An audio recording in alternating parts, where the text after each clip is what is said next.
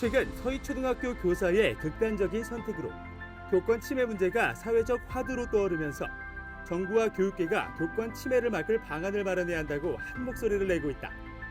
이와 관련해 정부가 학생인권조례 재정비 의사를 밝힌 가운데 일부 교원과 학부모 단체들은 교사와 학생의 권리를 대립관계로 보는 것은 적절치 않다며 보다 근본적인 대책을 강구해야 한다는 목소리를 높이고 있다.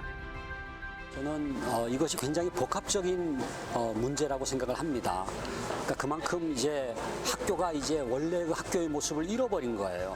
그래서 서로가 대립하거나 무슨 적대시하는 게 아니라 정말로 협력하면서 아름다운 이 학교 공동체를 이루어 나가야 되는데. 그런 가운데 지난 1일 더불어민주당 김용민 의원이 교사의 정당한 교육활동을 보호하기 위해 아동학대 처벌법과 교원지휘법 개정안을 발의하는 등 대한민국 교육 현장을 바로 세우기 위한 반성과 움직임이 확산하고 있지만 과연 법 개정만으로 무너져가는 교육 현장을 바로 세울 수 있을까?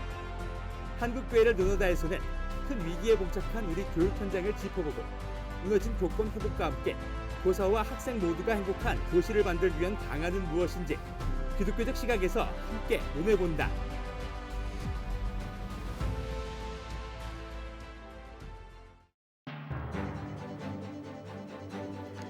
안녕하십니까. 한국교를 논하다 진행을 맡은 박찬호 교수입니다.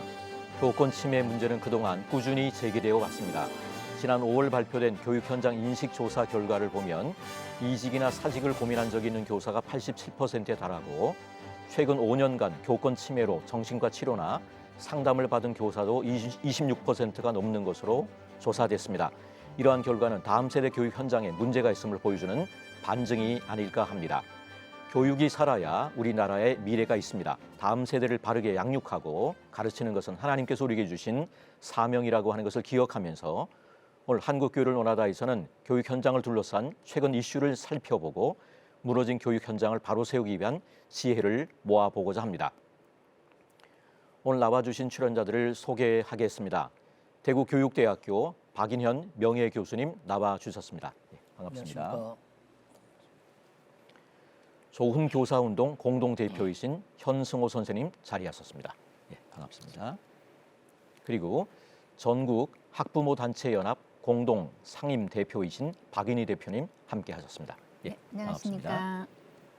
예, 함께 자리해 주셔서 감사합니다. 최근 초등학교 교사가 극단적인 선택을 한 안타까운 사건이 알려지면서 그간 학교 현장에 만연했던 교권 침해 사례가 본물처럼 쏟아져 나오고 있는데요. 박인원 교수님께서 지금의 상황을 바라보시면서 어떤 마음이신지 한번 나눠주시면서 오늘 이야기를 열어가면 좋겠습니다. 네. 저도 대구교육대학교에서 초등교원을 양성하면서 31년을 보낸 그런 사람으로서 정말 이번 사태를 접하면서 참담한 마음을 금할 수가 없습니다. 무슨 말로 그 안타까움을 다 표현할 수 있겠습니까?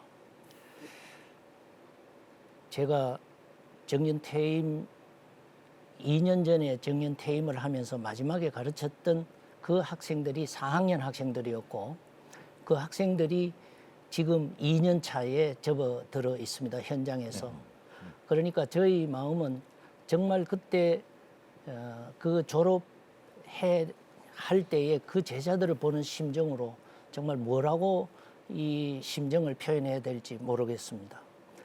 이제 2년 차 새내기 교사로서 겪었을 그런 이 아픔과 번민 그리고 그 고통을 어느 누가 짐작할 수 있겠습니까? 그 슬픔을 당한 그 가족들과 그리고 친척 그리고 또 친구 동료들의 그 슬픔과 그 비통함을 위로하면서 그 교사라는 직업에서 오는 그런 큰 중압감을 버텨내거나 이겨내기에는 너무나 젊었고 그리고 또 아직까지 사회적인 경험이 부족한 그런 상태에서 그런 선택을 할 수밖에 없었다는 데 대해서 이제 정말 이 기성세대로서 엄중한 책임과 더불어서 죄책감까지 느끼기도 합니다. 며칠 전 그 아버지가 편지를 그 딸에게 보낸 그 편지를 읽고 정말 그 뭐라고 위로를 드려야 될지 모르겠습니다. 우리 이 나이대에 있는 모든 사람들이 다 그 선생님의 그 아버지, 어머니와 같은 그런 심정일 거다 그렇게 생각을 합니다. 예. 예, 관련 기사가 연이어 나오기는 했습니다만은 잘 모르시는 분들을 위해서 신입 교사가 안타까운 선택을 하기까지 어떤 일들이 있었는지 현승호 선생님께서 한번 간단하게 짚어주시면 좋겠습니다. 네, 우선 꽃다운 나이에 유명을 달리하신 고인과 그리고 고인의 유가족께 깊은 애도를 표합니다. 지난 7월 18일 오전에 서울 서희초등학교에서 고인께서 숨을 거두신 채 발견되게 되었습니다. 이 사안이 먼저는 교사들 커뮤니티 안에서 이제 급속도로 이제 퍼져나가고 그러면서 이 선생님께서 1학년 담임이셨고 또 학생들 사이에 좀 문제가 있었고 악성 민원에 시달리셨다는 내용들이 커뮤니티를 중심으로 퍼져나가게 됐습니다. 그러면서 이제 전국에 계신 선생님들이 그동안 쌓였던 억눌렸던 감정들이 폭발하면서 전국적인 애도의 물결들이 일어나게 됐고요. 언론에서는 뒤늦게 19일 저녁에야 이 사건을 최초로 보도하게 됩니다. 이후에 같은 학교 동료 선생님들의 어떤 증언을 통해서 개인 휴대번호가 학부모에게 어떻게 뭐 알려지고 여러 차례 통화가 있었고 그것 때문에 많이 힘들어하셨다. 그리고 또 일기장의 일부가 공개되면서 이제 과중한 업무 또 굉장히 힘든 또 아이들 또 이런 학부모 민원 이런 것이 선생님이 이제 그런 안타까운 일을 겪게 된 또 원인이라고 많이 지금 판단되고 있습니다. 예, 이 일과 관련해서 많은 단체들이 성명을 발표했는데요. 박은희 대표님께서 몸담고 계신 전국 학부모 단체 연합에서도 성명서를 발표하시는데 그 내용을 한번 나눠주시면 좋을 것 네, 같습니다. 간단하게 말씀드리면 저희도 이 뉴스로 이 사건을 접하고 학부모들도 너무나 충격이었습니다. 그리고 평소에도 얼마 전부터인가 이렇게 우리나라의 교권이 무너져서 너무나 학교 생활이 정말 학교가 붕괴됐다. 그런 표현이 정말 틀리지 않을 그런 상황이 된 것에 대해서 늘 안타까움을 가지고 그것을 해결하기 위한 활동을 해왔었는데요. 이렇게까지 되니까 저희도 너무 안타까웠고 그래서 저희들이 이제 성명서 제목이 선생님 죄송합니다라는 그런 성명서를 발표했는데 저희들이 뭐 학부모들 입장에서 네, 학부모들 예. 입장에서 그 아이들이 이제 올바른 사회인으로 성장하기 위해서는 가정과 학교에서 그 선생님과 또 이제 부모님의 권위에 따르는 그런 질서 지키는 그런 교육을 했어야 되는데 가정에서 우리 학부모들이 그런 교육이 좀 부족해서 우리 아이들이 이제 학교에서 제대로 이제 생활을 하지 못하고 하는 그런 것 때문에 좀 선생님들 힘들게 그런 해드렸나 하는 그런 마음도 들어서 그런 모든 교육을 이제 공교육에만 맡겨버리는 그런 태도는 잘못됐다는 생각을 하고 가정에서 먼저 우리 아이들의 인성 교육을 잘 시키는 것이 좀 학부모된 도리로 필요한 게 아닌가 좀 그런 이제 문화를 좀 바꾸는 그런 좀 활동을 해보는 것이 좋겠다 하는 그런 마음으로 성명서를 쓰게 되었습니다.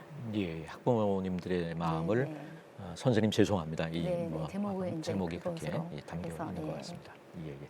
예, 이번 일로 사회적 화두가 되었지만 이미 교육 현장에서는 교권 추락을 우려하는 목소리가 높아질 대로 높아진 상황이었다고 할 수 있는데 이 교권 침해 사례가 폭증하고 있다는데 이 교실의 상황에 대해서 현승호 선생님께서 한번 말씀해 주시면 좋을 것 같습니다. 뭐 다들 아시는 것처럼 이 교권 침해 문제는 사실 어제 오늘의 문제는 아니었습니다.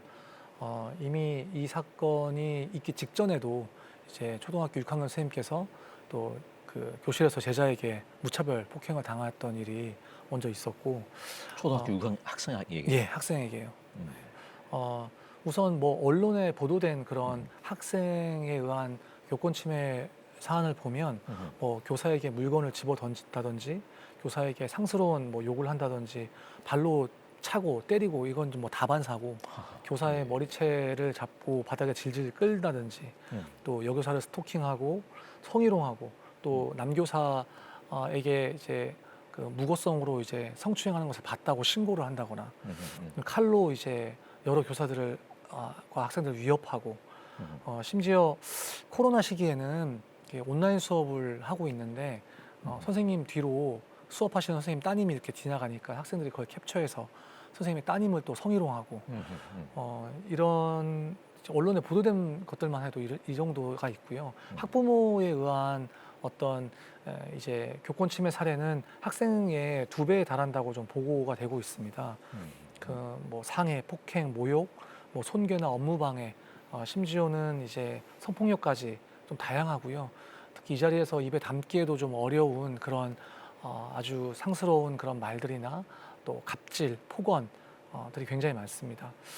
교실에서 아이들이 보는 앞에서 선생님이 학부모에게 폭행을 당하는 일도 일어나고 예, 있고요.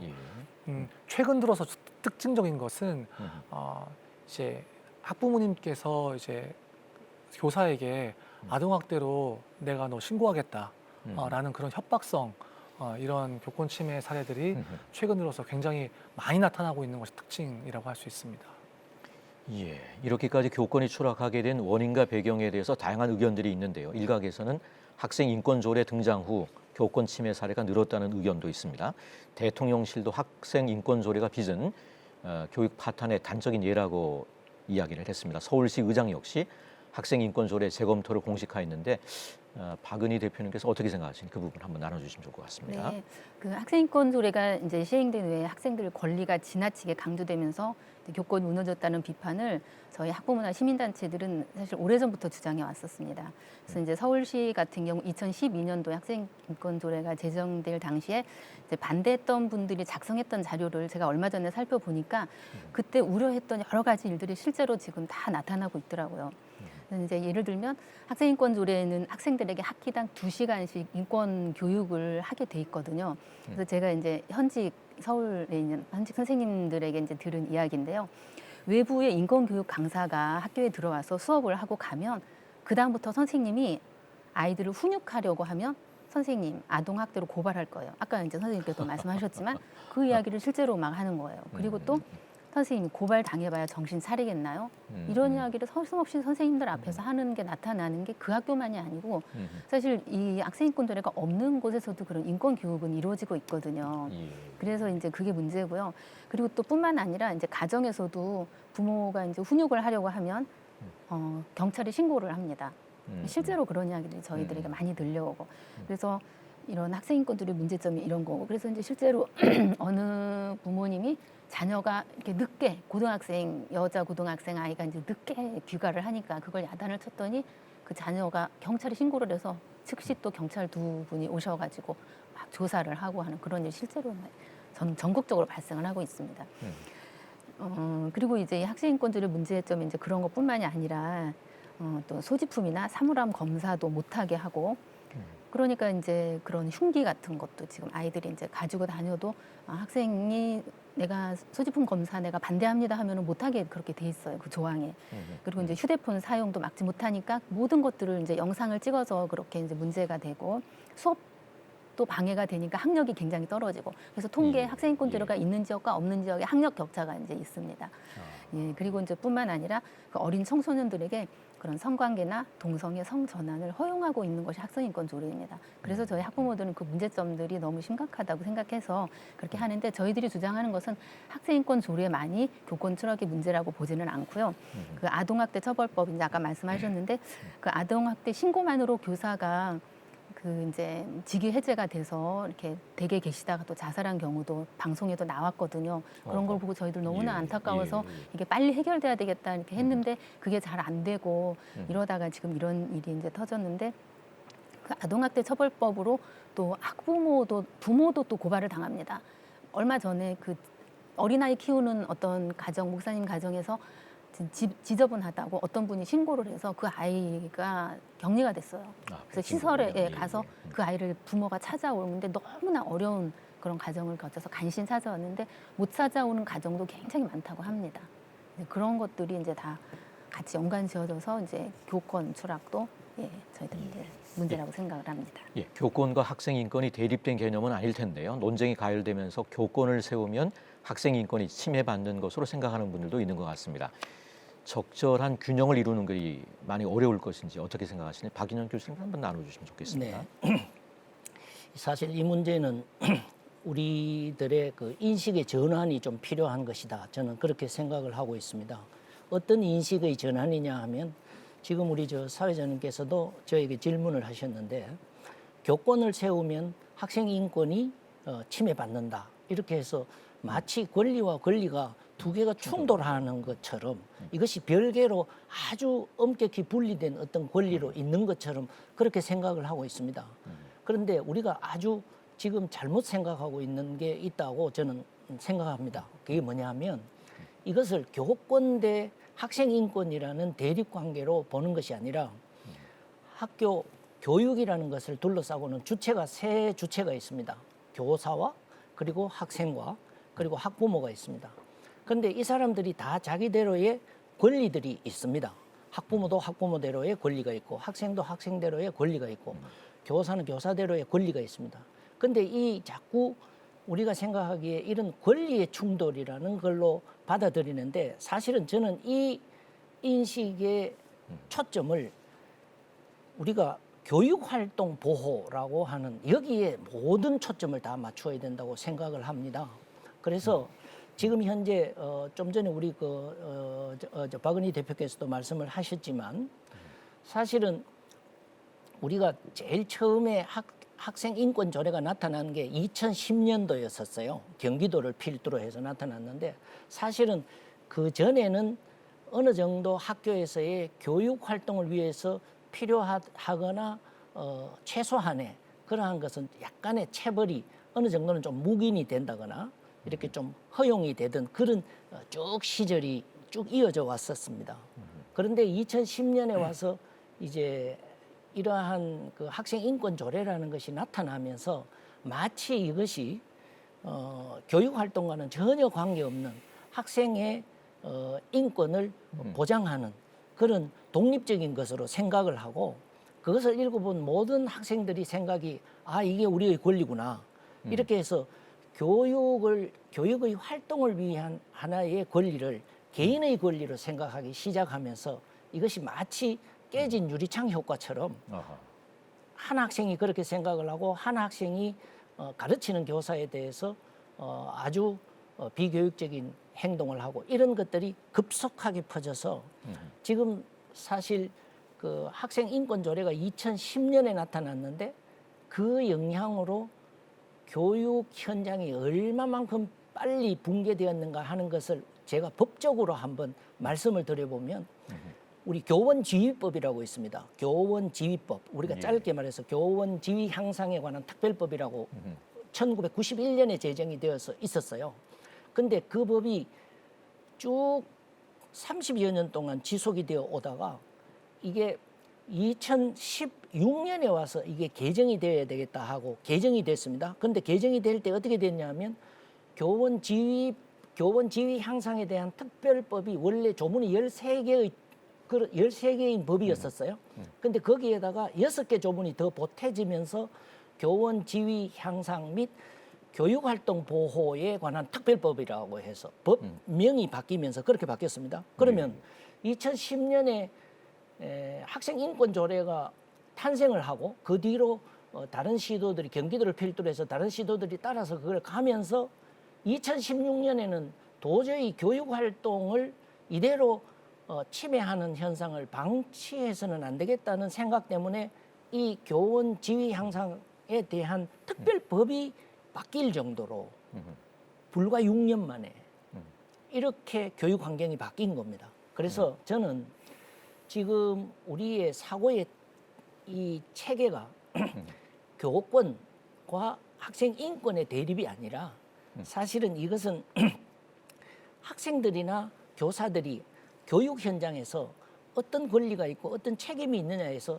책임이 너무나 그동안 소홀하게 생각이 되어 왔던 책임과 의무라고 하는 여기에 대해서 학생들 쪽에서의 어떤 책임과 의무 쪽에 그렇죠. 그 부분 권리만이 그러니까 아니라 그러니까 학생들은 권리만을 인식을 하게 되는 거죠.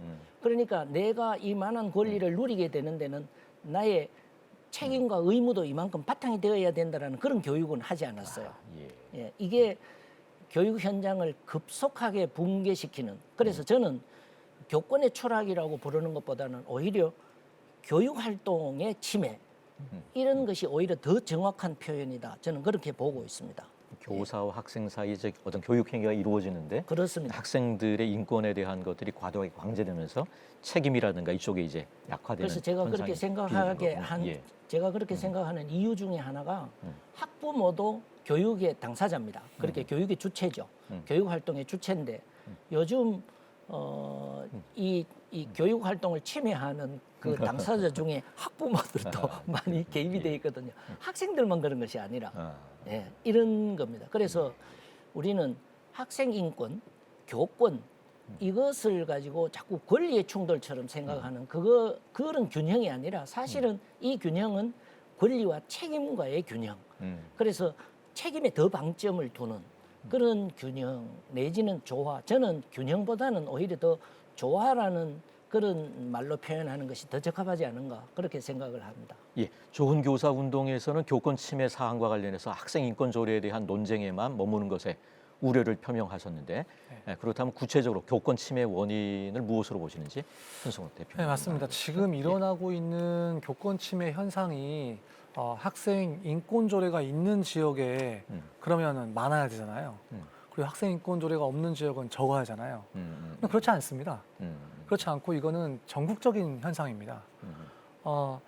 그렇기 때문에 지금 교육부나 대통령실에서 이제 그 학생 인권 조례 탓을 하는 것은 상당히 좀 아쉬운데요. 왜냐하면 책임 있는 또 법을 다루시는 그 교육부의 최고 수장인 교육부 장관께서 이제 조례는 이제 시도교육청 단위 아니겠습니까?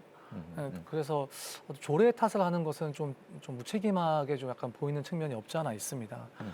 학생 인권 조례가 뭐 무효하다거나 이런 건 전혀 아니고요. 분명히 바뀌어야 될 부분이 있지만 이번 사건의 원인이 그것이냐라고 했을 때는 그렇지는 않다는 거죠. 그거 하나만으로 몰아가기는 네. 좀 복합적인 요소가 그렇다면 있겠군요. 어떤 것이 예. 원인이냐라고 했을 때 첫 번째로 우리 지적하고 있는 것은 바로 뭐 법 전문이시기도 하지만 아동학대 처벌법입니다. 아동학대 처벌법이 2014년도에 나오게 되면서 그 이후로부터 사실은 교권 침해 사항들이 급속도로 증가하게 됩니다. 많은 통계에서 그렇게 나타나고 있는데요. 이 아동학대 처벌법을 학교 현장에 무분별하게 적용을 하게 되면서 사실은 정상적인 어떤 훈육과 지도에 의해서 자연스럽게 따라오는 학생들의 어떤 부정적인 감정이라든지 교육적인 수치심 있지 않습니까? 그것조차도 다 일괄적으로 정서학대라고 잘못 오용하고 정서학대. 네, 정서학대로 잘못 오용하고 그것을 그 개념을 남용하는 것이 굉장히 큰 문제라고 보여집니다. 그러면서 이제 아동학대 법에 의해서 아까도 뭐 말씀하셨지만 신고하겠다 이런 협박들 또 실제로 수많은 신고들이 무고성으로 이루어지고 있고요.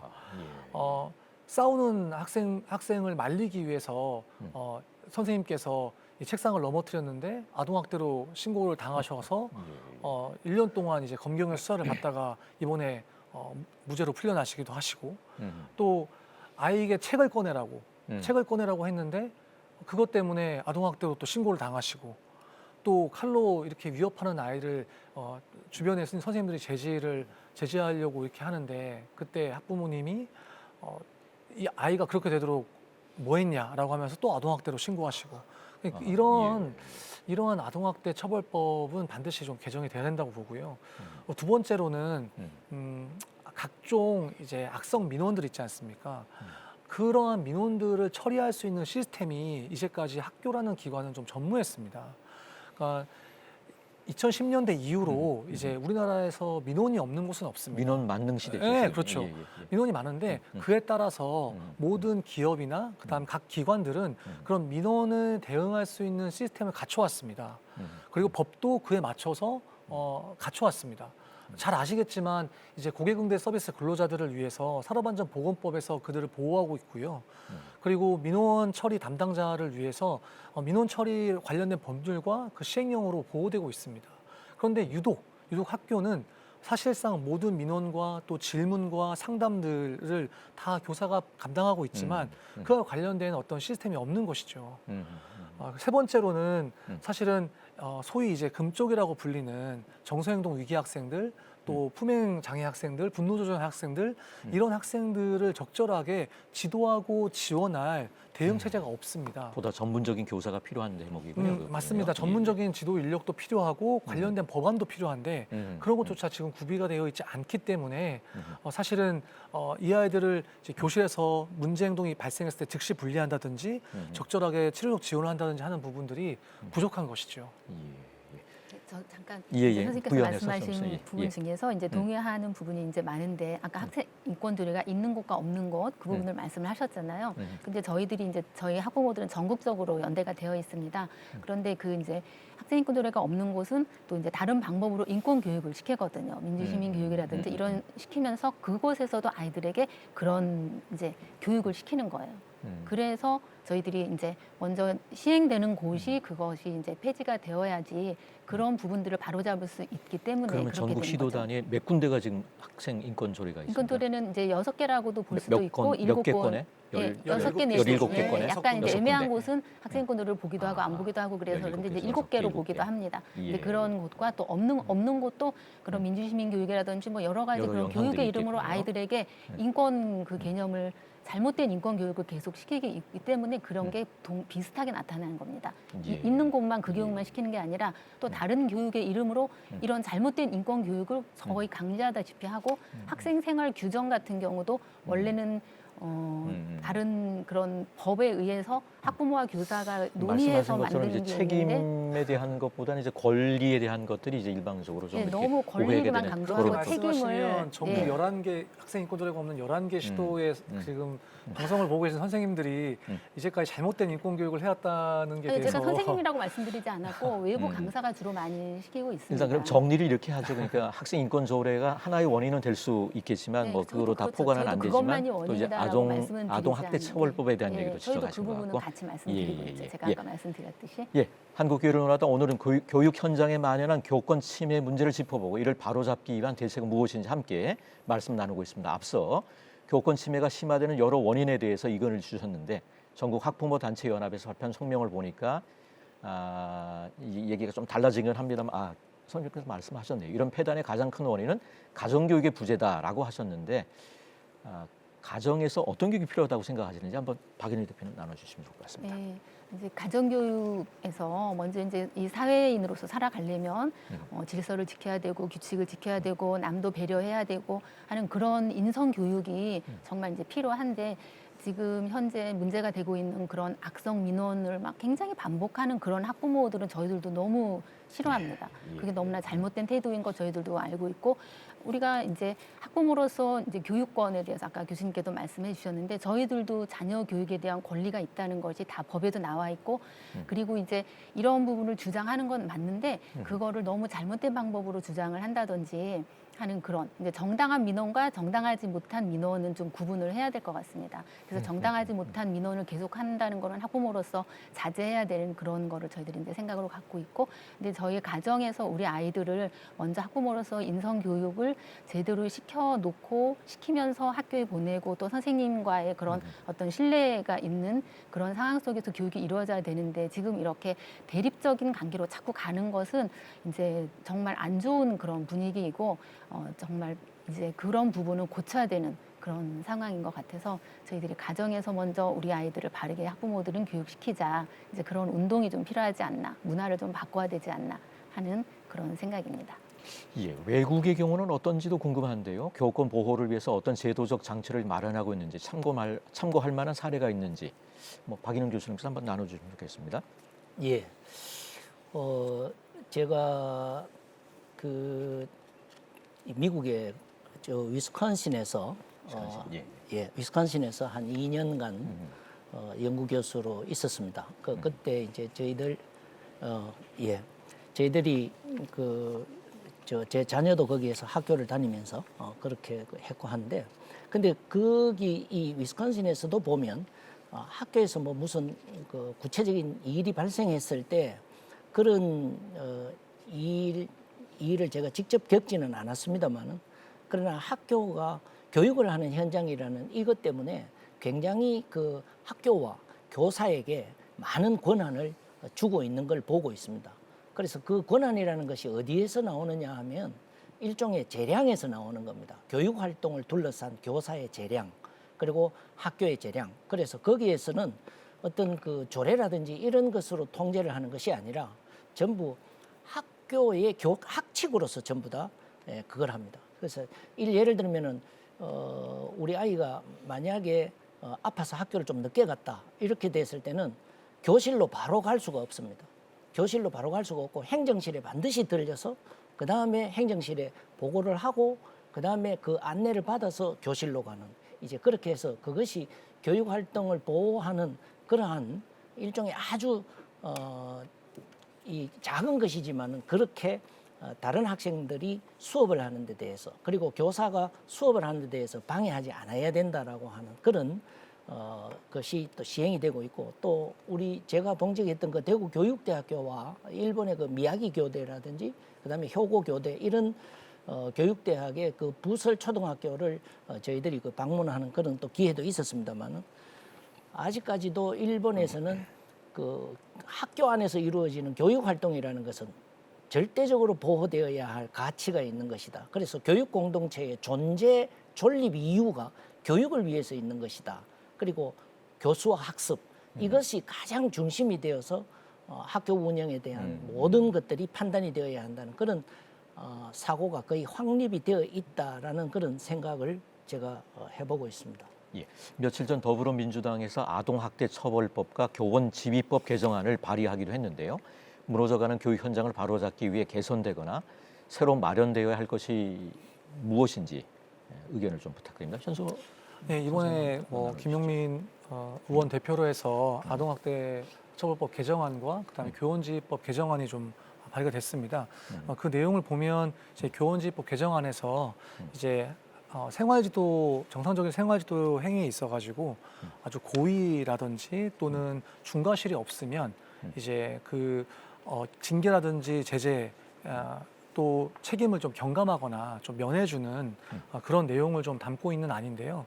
이게 뭐 시청자분들이 자칫 들으시면 뭐 교사는 그러면 뭐 애들 그 아동학대 저질러도 좀 면책해 주라는 법이냐 이렇게 오해하실 수 있는데 전혀 그런 법안의 의미는 아닙니다. 왜냐하면 사실 이번에 법안 그 발의된 그 교원지법 개정안에 보면 개정안에서 중과실이 없으면 뭐 제재라든지 징계 책임을 경감하고 면할 수 있는 것은 사실은 많은 그런 민원 응대를 하고 있는 경찰이라든지 소방이라든지 이런 데서는 이미 적용하고 있는 부분이거든요. 그래서 나름의 그래서 실효성이 있다고 보시는 거군요. 그렇습니다. 네네. 예.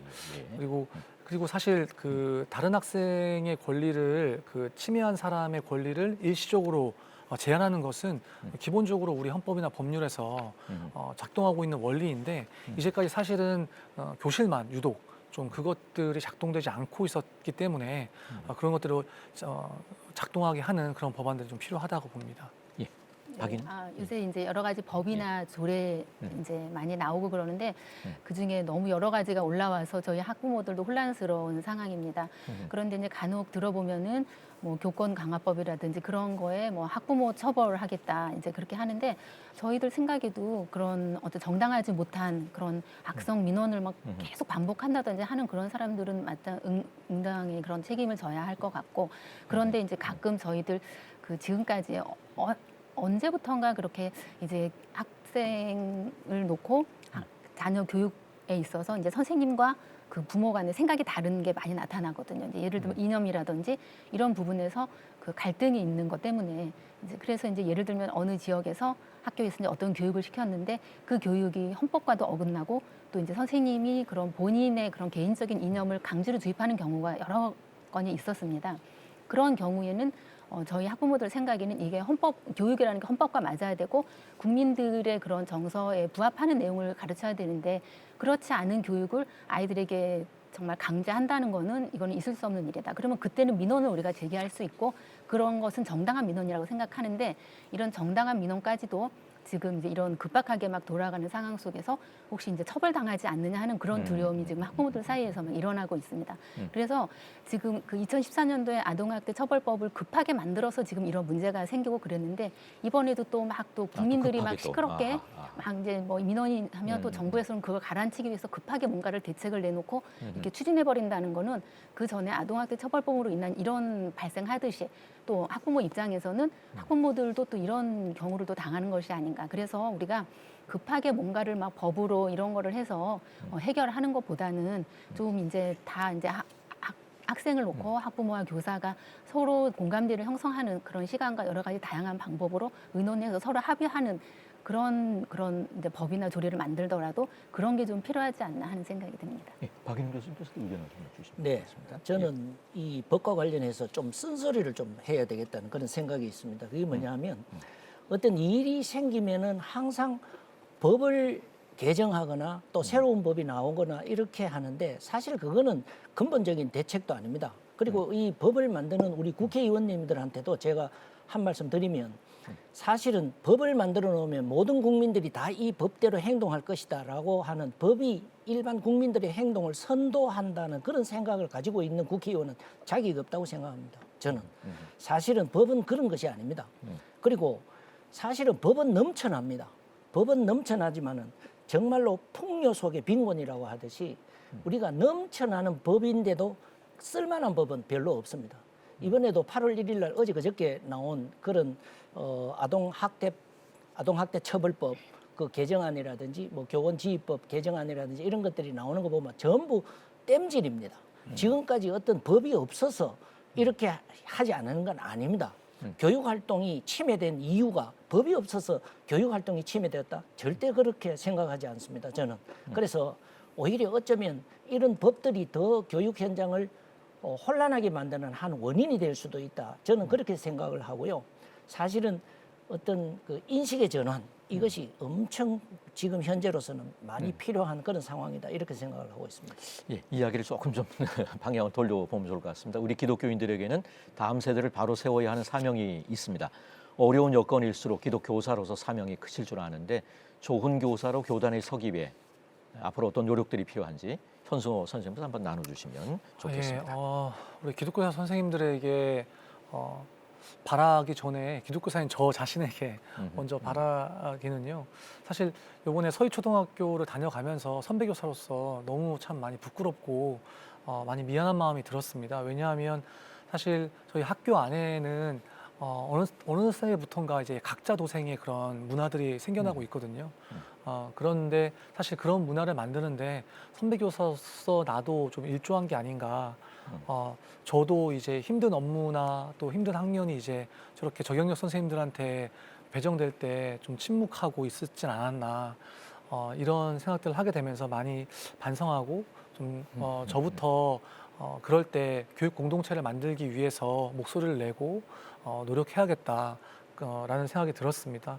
그러면서 우리 선생님들께서 옆 선생님 한번 또 찾아가 주시고 손 잡아 주시고 위로해 주시고 그렇게 하면서 학교 안에 어떤 기독교사들이 아름다운 좀 교육 공동체를 만드는데 먼저 한 발 좀 내려주셨으면 좋겠다. 좀 이런 말씀 드리고 싶습니다. 예, 좋은 교육이 되려면 학교와 학부모가 한 마음이 되어야 할 것 같은데요. 학부모 입장에서 바라는 점과 노력할 점에 대해서 박인희 대표님께서 한번 의견을 나눠주시면 좋겠습니다. 네. 이제 아까 교수님께서 말씀하셨듯이 이제 법이나 제도로 모든 것이 해결되는 것은 어려운 일이기 때문에 또 이제 학부모 입장에서는 정말 아이들에게 그런 사회인으로서 필요한 그런 인성 교육을 가정에서 먼저 어렸을 때부터 시키는데 노력을 게을리하지 말아야 된다고 생각을 합니다. 요새 이제 정말 언제부턴가 그런 교육을 다 전문가들에게 맡기는 게 뭐 옳지 않나 해서 어렸을 때부터 다 이제 자꾸 이제 밖으로 그런 교육을 맡기고 그래서 이제 결국 공교육의 선생님들한테 모든 것을 다 짐을 지워버리니까 사실 이런 일도 생겼다고 생각을 하고요.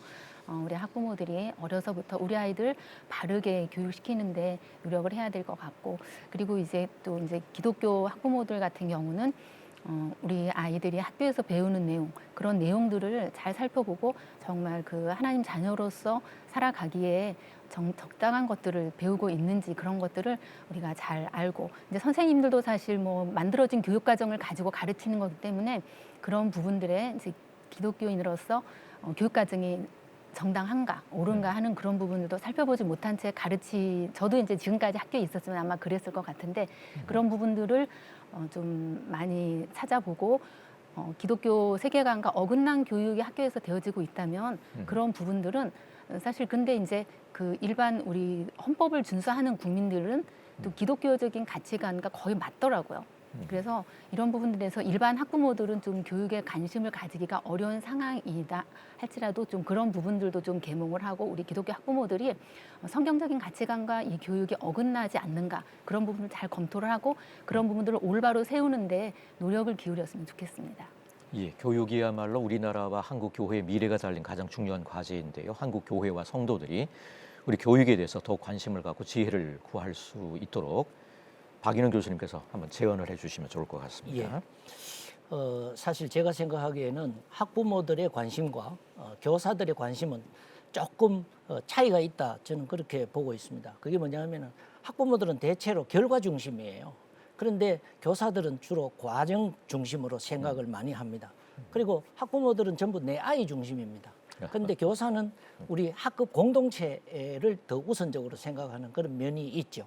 그리고 또 학부모들은 예외적으로 내 아이가 대우를 좀 받았으면 좋겠다라고 생각을 하지만 교사는 공평하게 대우하는 것이 나의 임무다, 그렇게 생각을 하고 있습니다.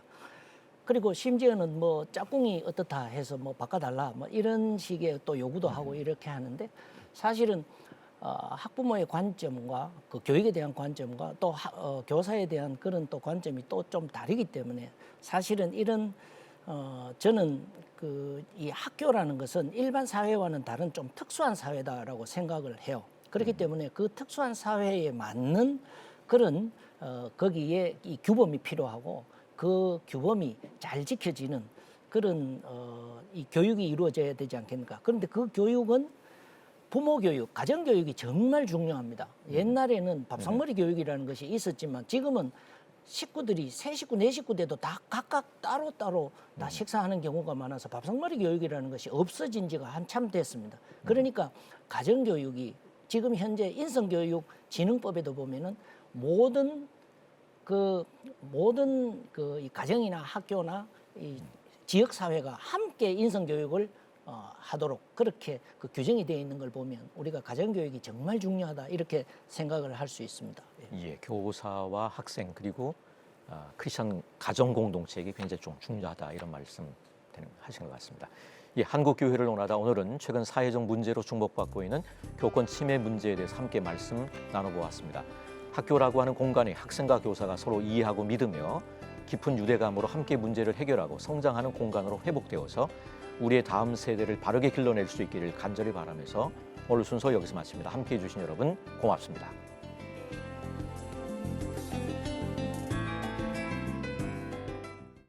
이 프로그램은 여러분의 미디어 선교 후원으로 제작되었습니다.